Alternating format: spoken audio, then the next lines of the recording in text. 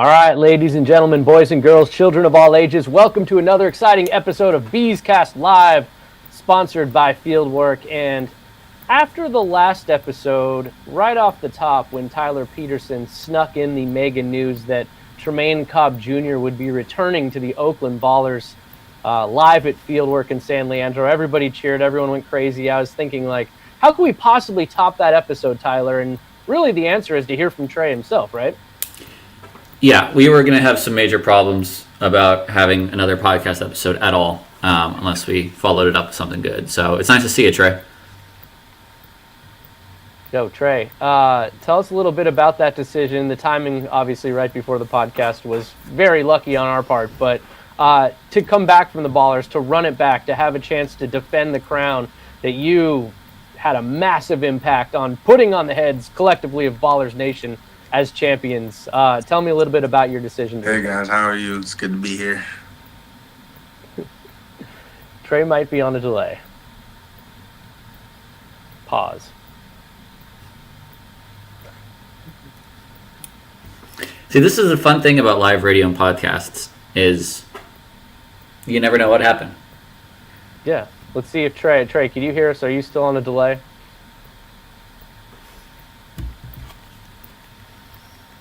Oh no! Do you know what I'm going to do? I'm going to text him. It feels great. One, I know that it's a place where I know I'm comfortable and that I can develop.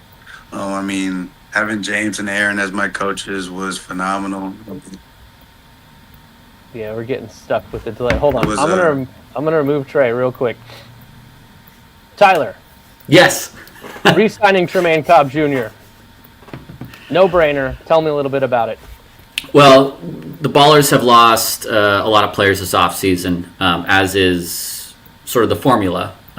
So I just texted Trey. He'll go back out and come back in. You can get him back in. But if you want to talk about a guy who was your everyday shortstop, your everyday leadoff man, how important is someone like that to the heart and soul of the team, the structure of your lineup, the defense as a whole? You kind of have to be a field general at short. You are in on every play. There's only 3 players that wear a pitch comm in Major League Baseball: the pitcher, the catcher, and the shortstop. So that's how important a shortstop is to a defense. So to get a guy like Trey back is huge for us, and there is still a lot we can do for Trey with our resources to get him where he wants to go. And thankfully, he does not have to go somewhere else to, I think, go where he needs to go. He can use us as his launching point. So we're happy to have him back. It adds that little bit of stability and familiarity to maybe so how we're all feeling when we see guys move on, which, of course, is something we want. But we as much want to have guys back as well. Yeah, we're going to add Trey back to the stage. Let's see what happens when we add him. Trey, you're back in the stage. Can you hear us now, or do you have a delay? Hey, can y'all hear me? Yeah, I hear you. Do you hear us? There's I can hear you guys. Beautiful. He's back. We tested all this before the episode started, and it worked great. And as soon as we hit live, it stopped working. So, Trey, tell us a little bit more about your decision to return to the Ballers. I think we kind of cut you off a little bit with the delay, but, why did you feel it was important to run it back with this squad, and how do you feel it sets you up for the future? I feel like I made a very great decision because, one, this is where I'm comfortable playing. James and Aaron have made it a great place to play. They're great coaches. The fan base is amazing. I couldn't actually play in front of a better crowd. And just like Oakland feels like home now. Just the fact for what we did as a team throughout the whole season and what was going on in Oakland, and we were able to do that for the city. It was honestly a no-brainer that I wanted to come back. I think we're all a little bit spoiled by having you, and for all of us for what we experienced last year, because that was your first pro season, and you could hardly do more to have a better season as a team to win more games than any team had ever won in this league, and a championship. You say you're comfortable playing here. I want to know how long it took you to comfortable here, because your first night here, you had 5 hits and won the game yourself. So I imagine it didn't take very long.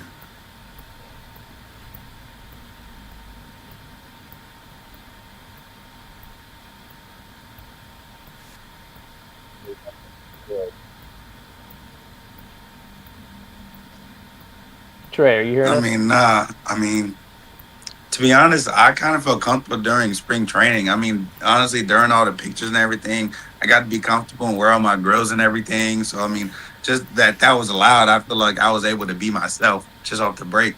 I mean, we created a very close knit relationship in the locker room with all the players. So, like, I mean, also, obviously, we all came from all different parts of the country. We even had a German guy on our team. So, it's like, there was a lot going on. But I feel as though, like, I feel as though like we created a family in there, and then like, honestly, it's just a great opportunity for me. Yeah, I would say that right from the jump, it seemed special. It seemed like this was going to work. A lot of things happened on that opening night that really indicated that it was going to be a magical season. The goose flyover was one of the things, but then Did y'all Tremayne hear Cobb anything I Jr. said? hitting this thing here. Yeah, he's on a delay, so we'll give him a second to react. But yeah, I mean, it just seemed like it clicked right away, didn't it? Let's see. I'm going to remove Trey again. Tyler, how did that I'm just feel? gonna let him know he's sounding good, but yeah, we'll fix this in post, right, Case? Well, it is live. That walk-off, though, knockout round home run, Tyler, right from the jump. I mean, how much did that tell you that this was going to be a magical season? It's funny because the last game we played in that park, we had lost, and I remember feeling that we could come back and win a game here, just make it through the playoffs. There were a lot of games last year where we took a team late but really didn't get it done. We were down 3 runs in the ninth on opening night, and you sort of thought, spring training wasn't all that great defensively, and this game's not really being played all that well, but they found a way. And they bared down, as they did so many times in the 25 season, and won that thing.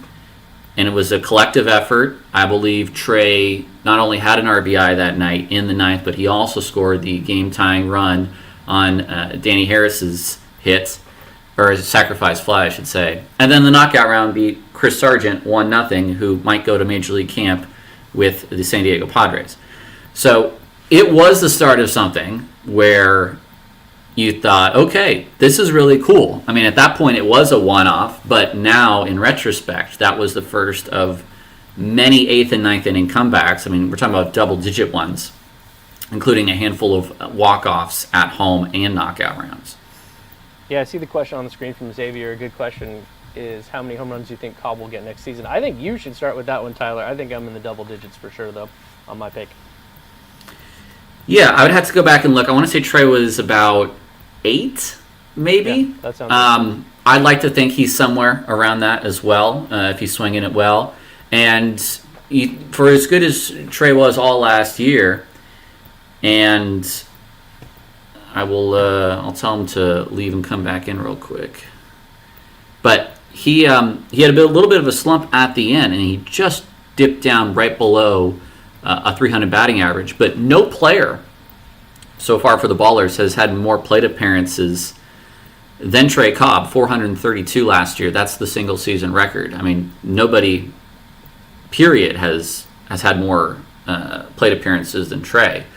So when you think about that and how important he is at the top of that lineup, he was scoring a lot of runs, he was getting on base, he was setting the table, and he occasionally would drive guys in. It's nice to have a guy at the top of the lineup who does have a little bit of pop, and Trey certainly hits the ball hard. Yeah, absolutely. I mean, and I'm going to add him back in here. You saw with those knockout rounds, you saw with those home run derbies, I mean, Trey was somebody that came in we knew would be an incredible defender and ended up being somebody with a lot of power as well and won us a lot of games with the bat. So here we go. I'm going to try to re-add Trey. Here you are, Trey. Do you hear us this time?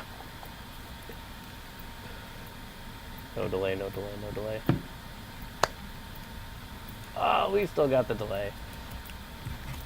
I'm removing Trey again. Yeah, so I think that as we look at what he did, one of my favorite things was the story Laura Geist told us at Fieldwork, where she said that she has to deal with all the player uniforms, and Trey's uniform, always dirty, always beat up, because that dude plays harder than anybody else on the field. Right. I mean, that's a sign. That's a sign of a ball player right there. Is you want to see some dirt on the shirt. That's how you know you kind of have your little stamp of, yeah, I played tonight. I might just dismiss him and say thanks for trying. Yeah, I think that's fair. We can talk about Trey plenty. There's a lot we have to say. Plus, we have some breaking news coming up in just a minute where we're going to announce a brand new player signing that's going to be an impact player on this team. But yes, as our live stream delay keeps hammering us, I feel like we should just let Trey have the rest of the afternoon to himself, and we'll pull his comments that he made while he was with us and put them out on social media as well. But yeah, Trey, like I was saying with the bat, the knockout round win was huge. Being able to hit over 10 home runs and home run derbies is just crazy, up there with Cam Buford, who we knew was a major power bat. And then something like this, Tyler, which I think was one of the signature moments of Tremayne Cobb Jr.'s stint with the Ballers in the first year. Huge walk-off home runs like this, right? It was a signature moment for Trey, and also Nevada, who had some excellent tape off of that home run. That was in the second half, that series against Colorado Springs. And it just goes to show you how much this team fought throughout the year and for each other. They had already won the first half. There's really no pressure to win ball games day in, day out, or to fight as hard as they did in the second half. But they did.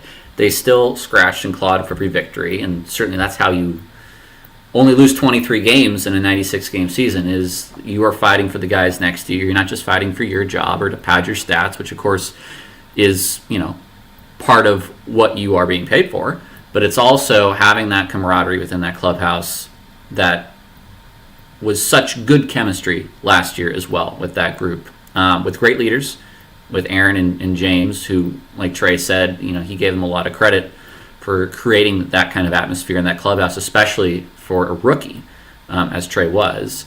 And, we use the rookie tag lightly because we're talking about a 24-year-old man who finished 5 years of college. That's not most baseball rookies these days. But it is a little bit different in indie ball when you're talking about, sometimes having to compete not just for yourself, but against maybe some of your team's more playing time. Those guys really played with each other all year. And Trey was a major part of why that team ran so well. Yeah, and I think it's funny that you said the word scratch and claw as you look at Trey having his jersey ripped off by his teammates and the Gatorade bucket being dumped on his head. And it's funny because he had so many of those huge moments, and then it almost looked like he was beat up coming out of them. And one of my favorite things, I kind of snuck it in because I thought it was funny, and I'll go back to it here because if you look at this image right here, Tyler, you can tell which one of us is a professional athlete and which one of us just talks about it for a living, because Tremayne Cobb Jr., after that knockout round home run, ripped from his jersey and did his media like this in the freezing cold. And I guess if I had that physique, I would probably do similar things with it, right? Well, that's a nice little introduction as well to your fan base to have a fun moment like that. I can think of a number of big moments throughout the year. It was certainly a tone setter on opening night. It didn't exactly correlate to wins right off the bat. In fact, that first series was the only series the Ballers didn't win of a 6-game or the whole year, and the only one at that, which is really saying something.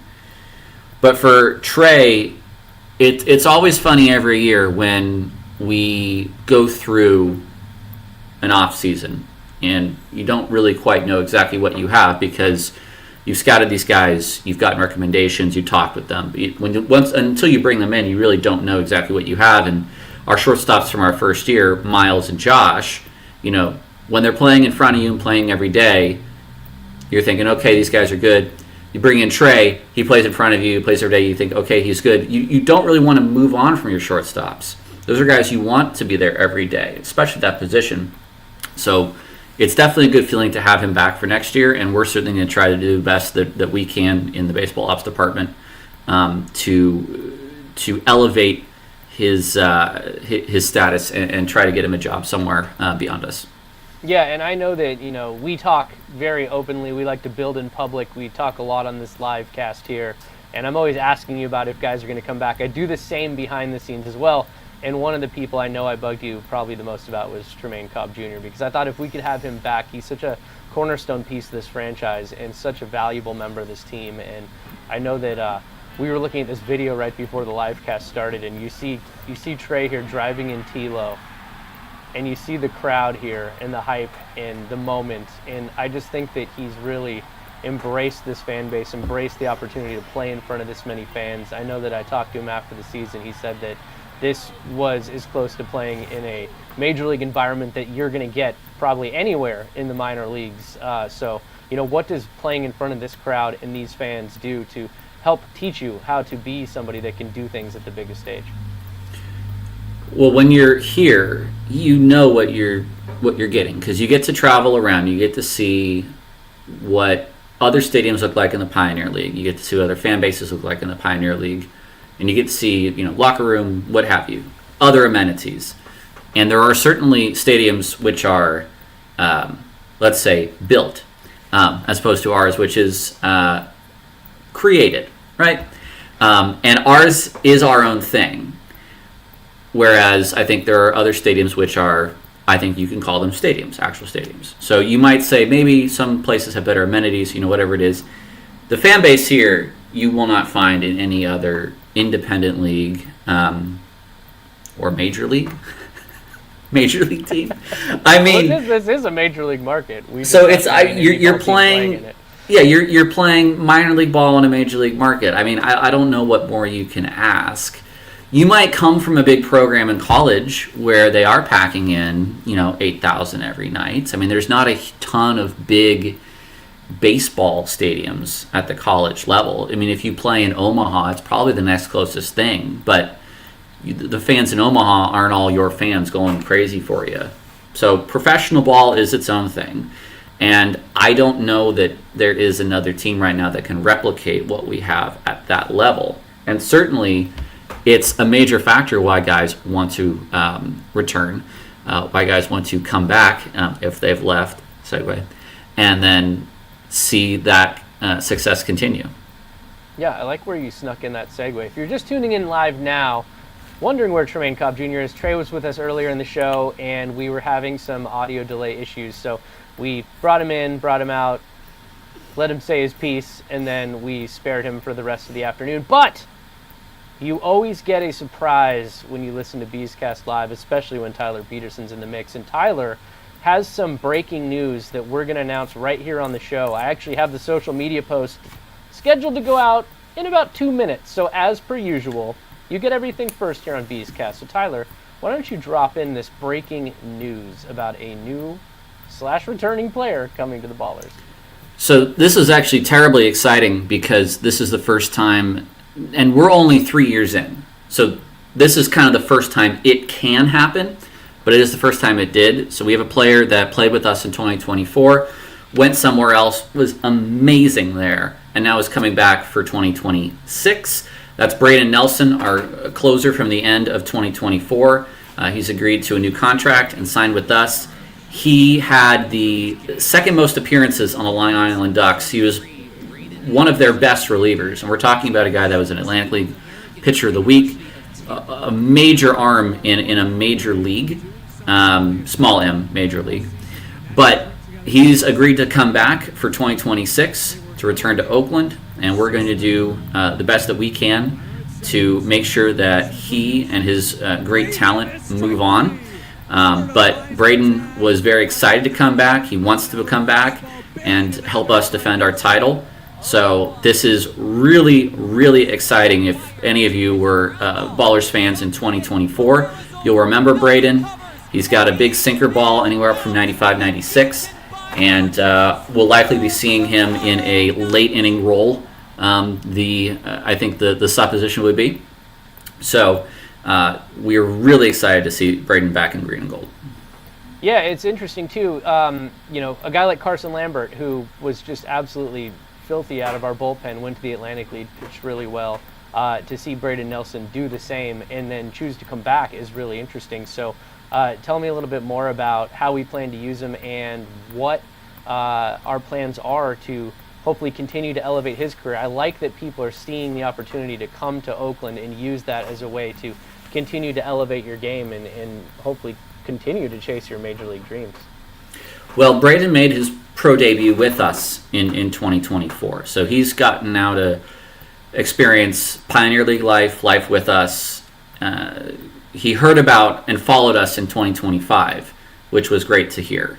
And he crossed paths with Lambert in the Atlantic League and actually talked to Lambo a bit about what things were like in 2025 here. And he really was encouraged by the things he heard because he always liked playing here. And he said that he wanted to come back after he became a free agent. So I think you could almost call him a presumptive closer at this point coming in. But I think the idea is, as we had last year or the year before, we want to have 3 or 4 closers, guys that we can all trust in that role. And Nelson certainly, I want to say that 4 saves he had with us in 2024. I think he had 6 saves in the Atlantic League as well last year.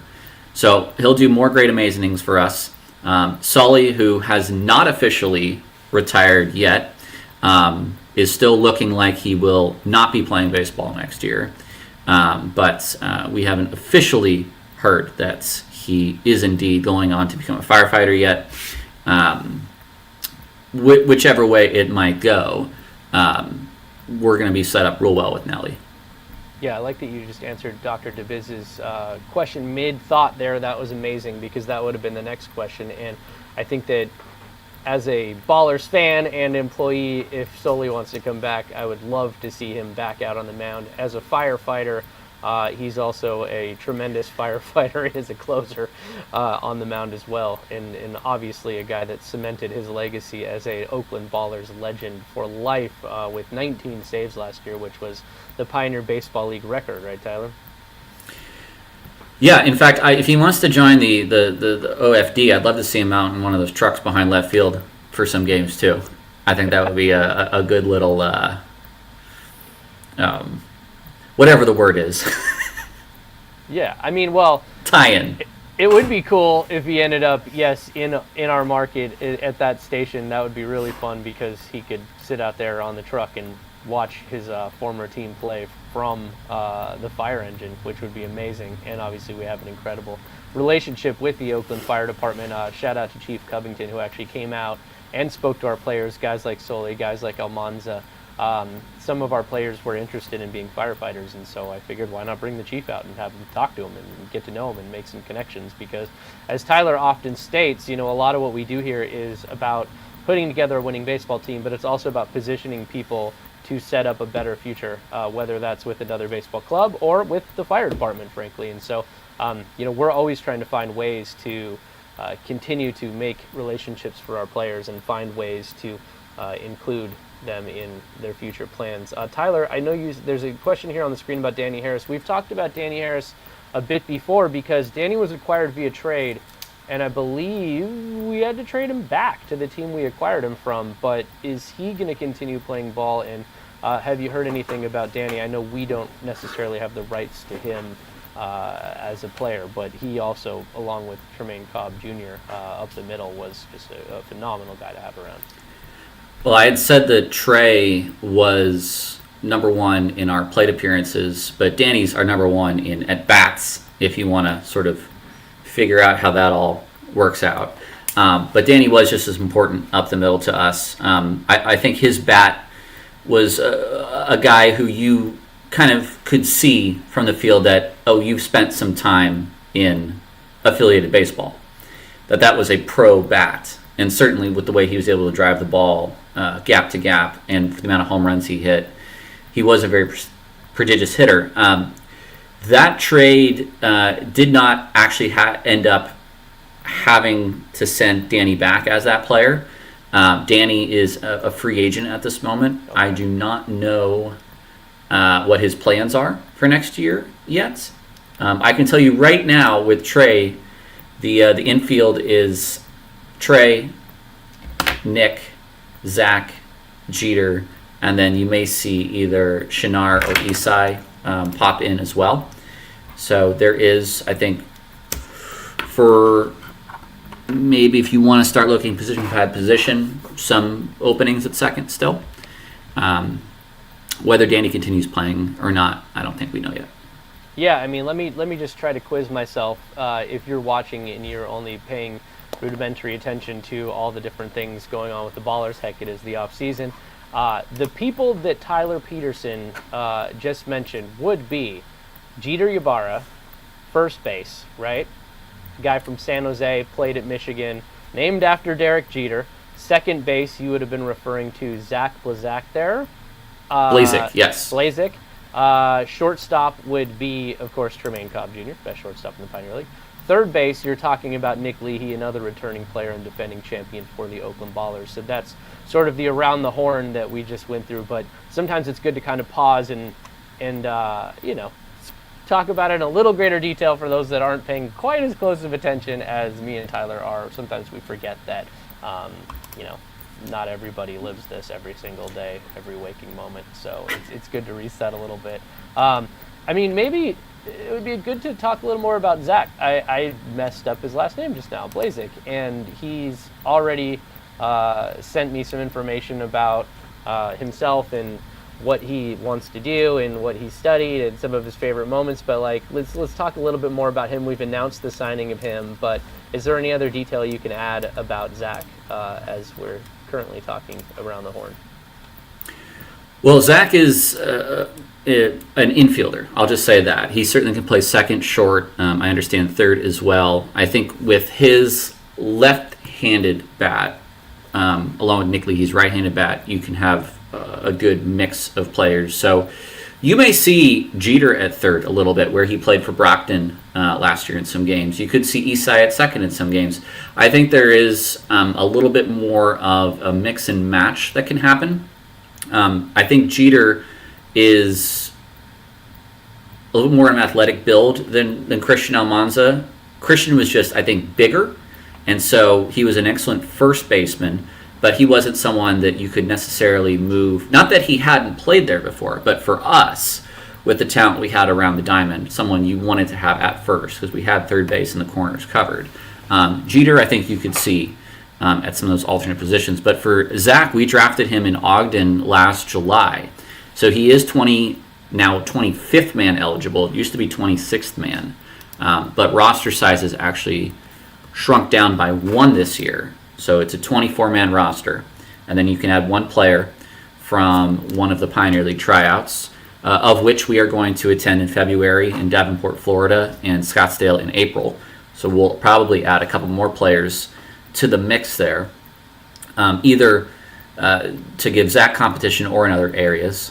But Zach is a Division II All-American out of MSU Billings. He was one of the best middle infielders. I think he was somewhere around, top 6 or 7, if you want to go by sort of media power rankings of infielders last year, seniors, in Division II baseball. He's got a good stick. He hit for both extra base hits and just plain average. He's got some speed on him and a pretty good glove.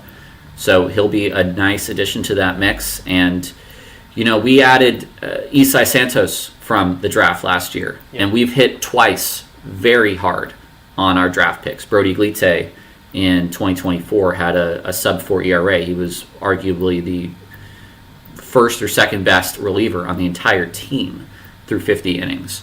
And with Isai last year, it was amazing what he was able to do, having not started the year as a lockdown starter role. So Zach certainly is going to have that opportunity to win a job in the same way, and I'll be interested to see what other players we bring in to compete for that 25th spot, or not just win out a spot in the 24 outright.